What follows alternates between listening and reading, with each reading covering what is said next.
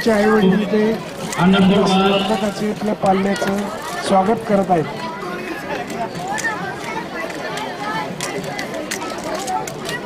इथे एक लहान मुलगा प्रॅक्टिस करत आहे. तो स्पर्धेमध्ये उतरण्याचे प्रयत्नामध्ये आहे. इथे जर मुलांना पाठीमागे नंबर दिसतात 39 हे प्रत्येकाला नंबर वाटलेले पाठीवरती नंबर लावलेले.